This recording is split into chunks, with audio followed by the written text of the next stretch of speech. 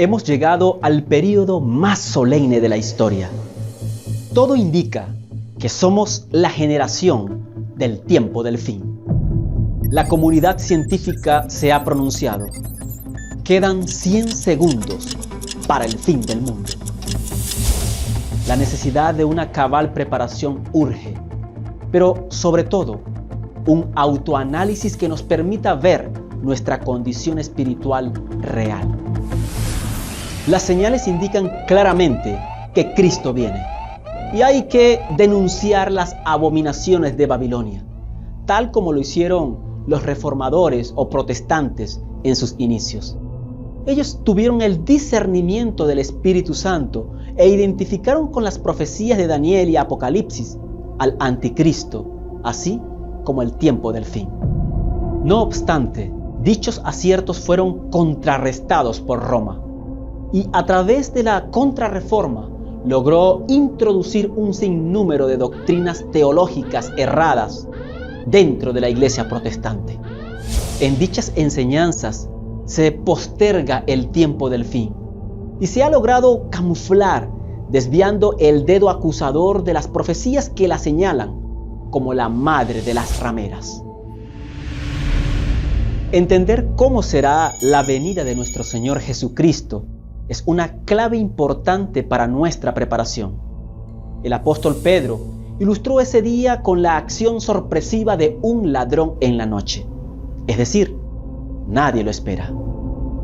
Cristo también empleó esa imagen cuando afirmó: si el padre de familia supiese a qué hora el ladrón habría de venir, velaría y no dejaría minar su casa. Así que es clara la necesidad de estar permanentemente en guardia y constantemente listos ante el inminente advenimiento. Pero se ha presentado una falsa esperanza, una creencia que a muchos agrada y que le conviene a un sistema, una doctrina que aparentemente está respaldada por la Biblia, pero que resulta en un cruel sofisma. ¿Pasará la iglesia por la gran tribulación? ¿Será la iglesia raptada antes de que aparezca el anticristo? ¿Qué evidencias históricas tenemos de la aparición y desarrollo de estas doctrinas?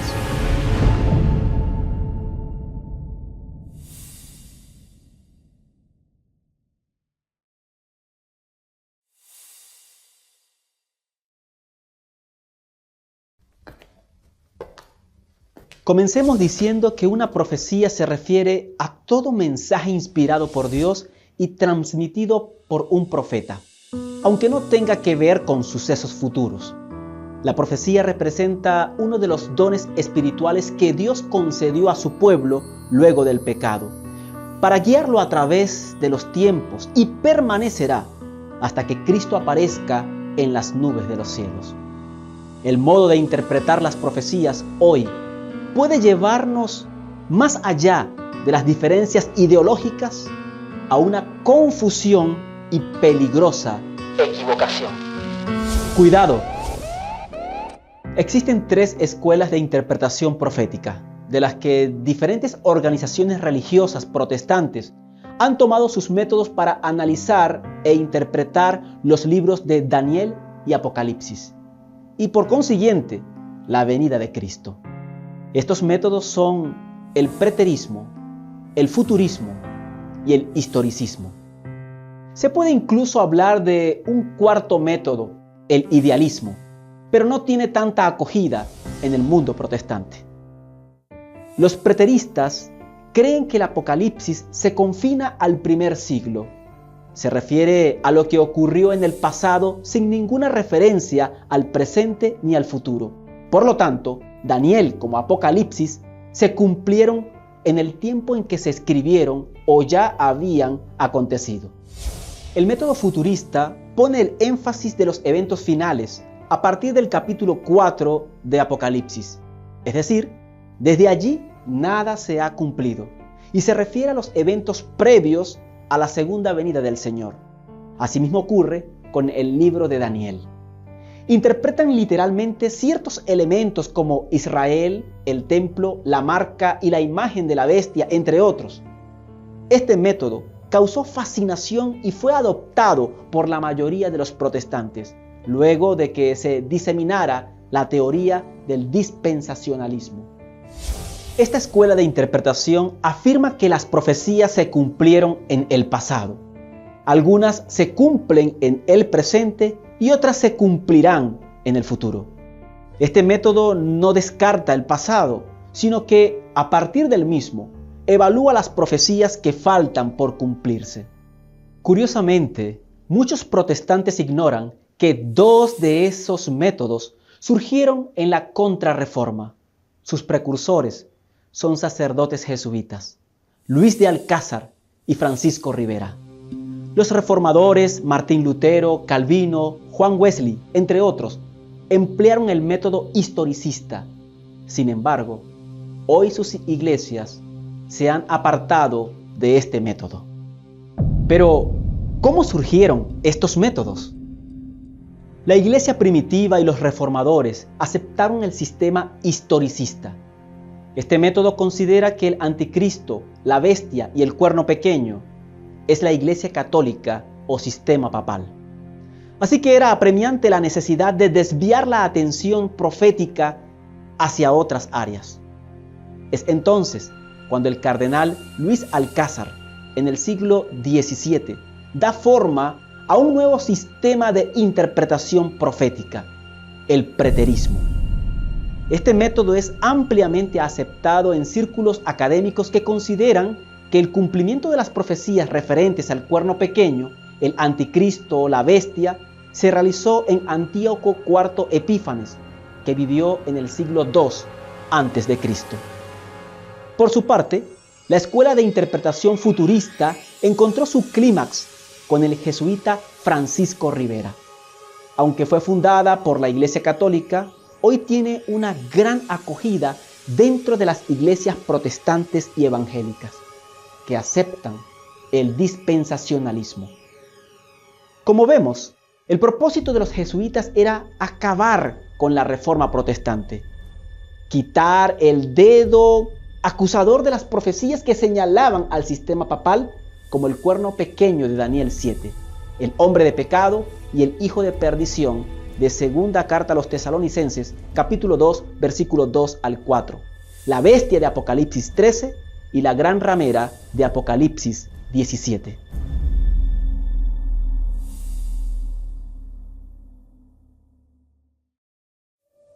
Dos astutos jesuitas opusieron el argumento de que el anticristo no era un sistema que pretendía ser cristiano y que abarcaba la Edad Media, sino un solo individuo.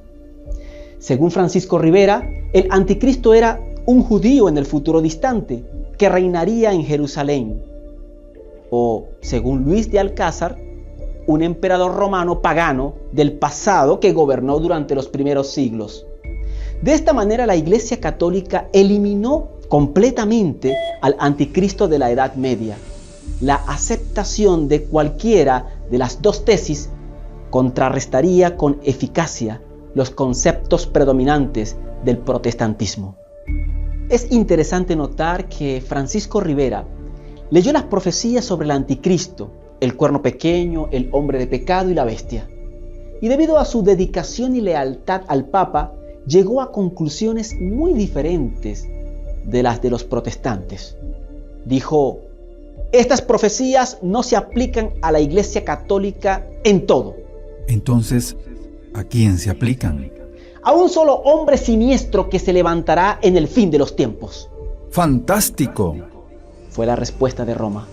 Y este punto de vista fue rápidamente adoptado como la posición oficial católica sobre el anticristo. En 1590, Rivera publicó un comentario de 500 páginas sobre el Apocalipsis, una contrainterpretación a la opinión predominante entre los protestantes que identifican al papado con el anticristo. Además, señaló que los primeros capítulos del Apocalipsis se refieren al tiempo del fin y no a la historia de la Iglesia. El resto se limita a un periodo, a un futuro de 3 años y medio literales, inmediatamente antes a la segunda venida.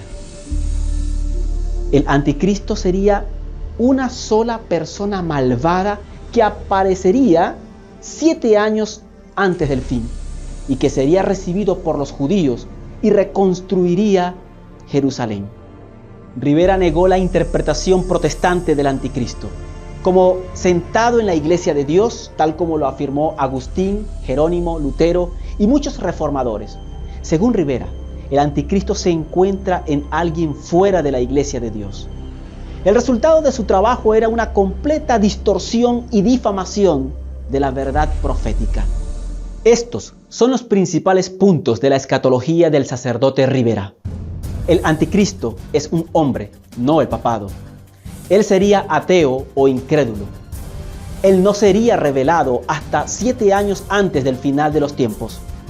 Él se sentaría en un reconstruido templo en Jerusalén y haría un pacto con los judíos.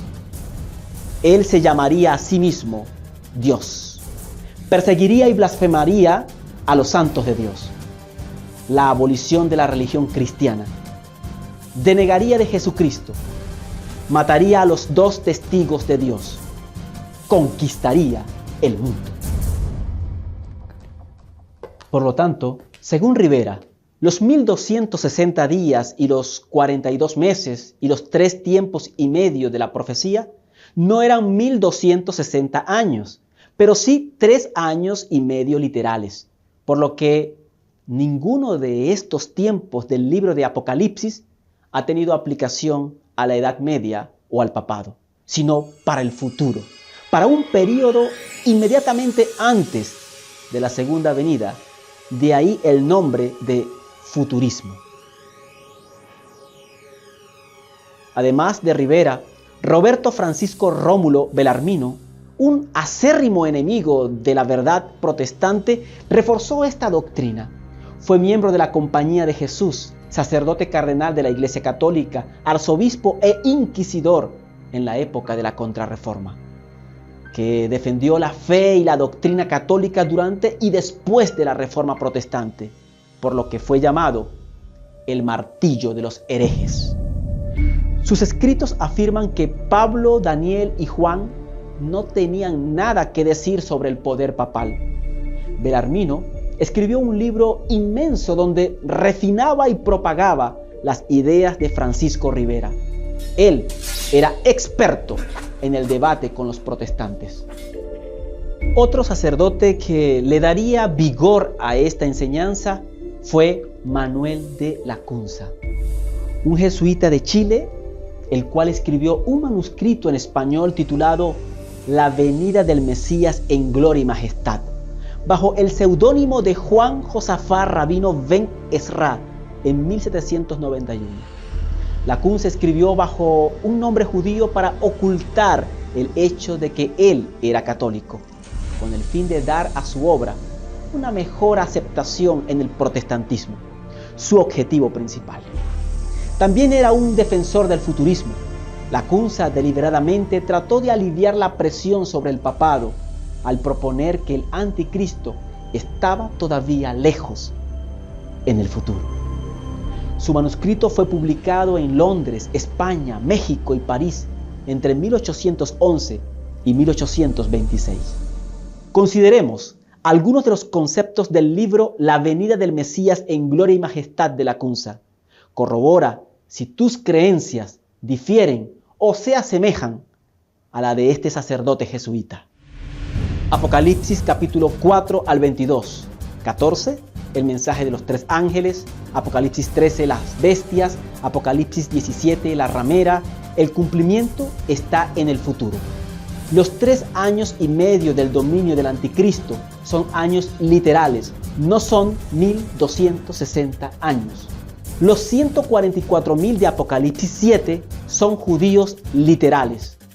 Durante la gran tribulación, los 144.000 van a predicar a la gran muchedumbre y van a convertir a millones de judíos.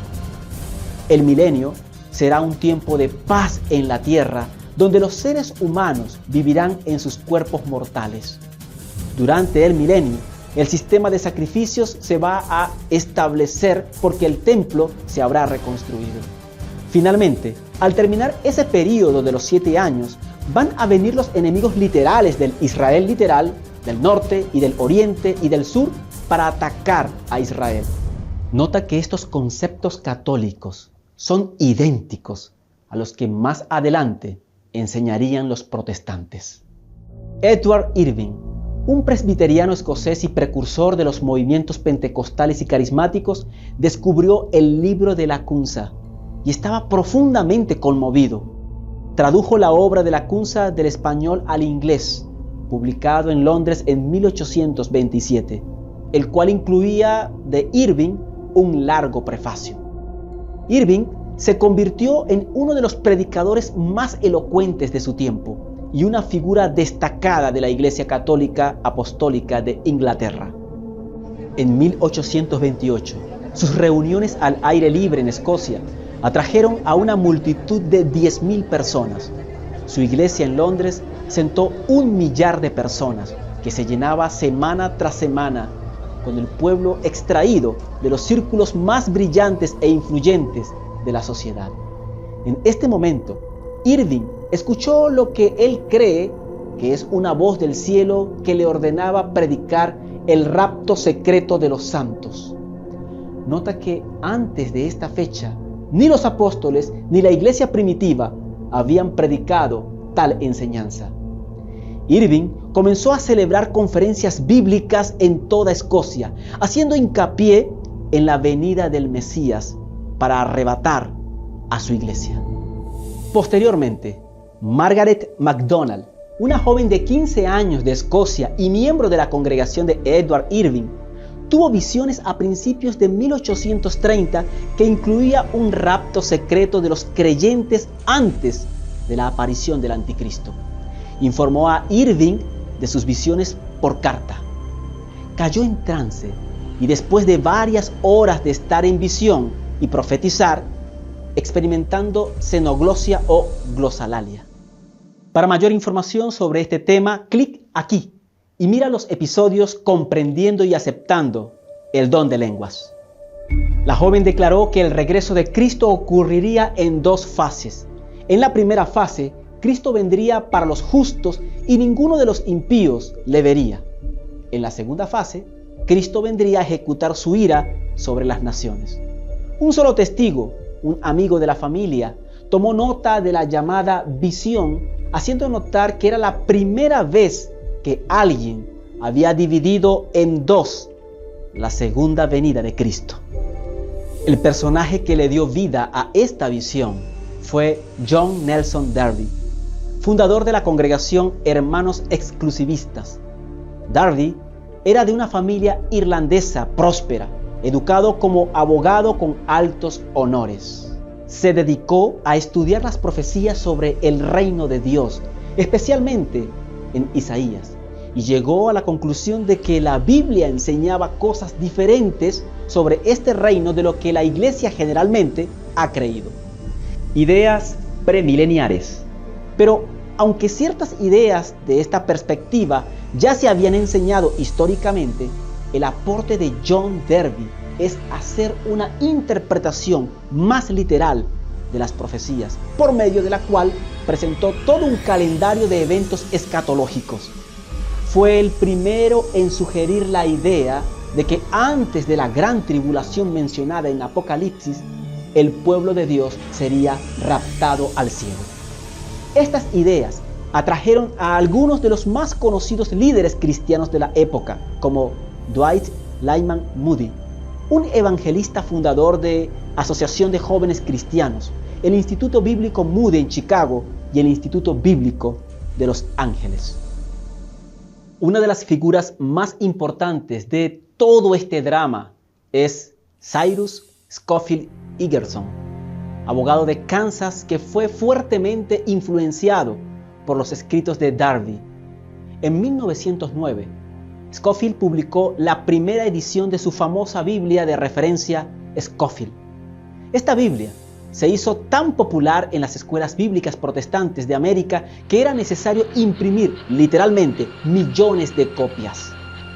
Sin embargo, en las notas al pie muy respetados de la misma Biblia, Scofield inyectó grandes dosis del líquido del futurismo que también se encuentra en los escritos de Darby, Todd, Maitland, Bellarmino y Rivera.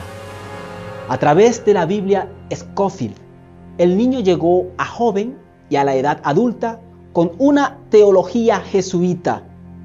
La doctrina de un anticristo por venir se estaba convirtiendo firmemente establecida dentro del siglo XX en el protestantismo norteamericano. La Biblia de referencia de Scofield estaba destinada a tener un gran impacto en las creencias de muchos. Algunas almas ignorantes buscaron en las notas de esta Biblia como si fuera la misma palabra de Dios. 1 millón de copias fueron impresas en 1930, de tal manera que 3 millones de copias fueron publicadas en los siguientes años. A través de esta Biblia, Scofield llevó la doctrina del rapto secreto al corazón mismo de la evangelización. Seguramente muchos de los que me escuchan han sido influenciados en algún momento de su vida espiritual por las notas al pie de la página encontradas en la Biblia Scofield. En resumen, todo comenzó como una invención católica romana. Los escritos de Rivera influyeron en Lacunza, ambos jesuitas. Lacunza influyó a Irving, Irving influyó a Darby, Darby influyó a Scofield, Scofield y Darby influyeron a Moody y Moody influye al movimiento pentecostal. Y te preguntas, ¿cómo? Pues las Asambleas de Dios es la más grande denominación pentecostal en el mundo. Al comenzar el movimiento pentecostal a principios del siglo XX y celebrarse el primer concilio general de las Asambleas de Dios en 1914, se trataba de un movimiento pequeño, el cual no contaba con su propia casa editorial. Necesitaban material para sus escuelas dominicales y de estudio para sus iglesias. ¿De dónde crees que lo obtuvieron? Lo compraron a Moody Press y luego cosieron sus propias cubiertas. ¿Y qué piensas que la gente de las Asambleas de Dios llegaron a creer? Exacto, creyeron lo que el Instituto Bíblico Moody enseñó. Esto tuvo un impacto sobre la teología pentecostal, pues durante los primeros años prácticamente no había premilenialistas en el movimiento pentecostal. En aquellos días, la mayoría de sus ministros provenían de la iglesia presbiteriana, de la metodista y de otras denominaciones históricas. De esta manera, el movimiento pentecostal fue influenciado y saturado de la doctrina del rapto secreto por eslabones que conectaban directamente a la iglesia romana. Lo antes planteado nos permite rastrear los orígenes de esta doctrina. Hubo otras personas que contribuyeron a mejorarla, pero definitivamente quien aportó los últimos toques a este sistema fue John Nelson Darby, reconocido posteriormente en el mundo teológico como el padre del dispensacionalismo. Pero, ¿qué hay detrás del dispensacionalismo? Descúbrelo en el próximo episodio de Lo que nunca te dijeron.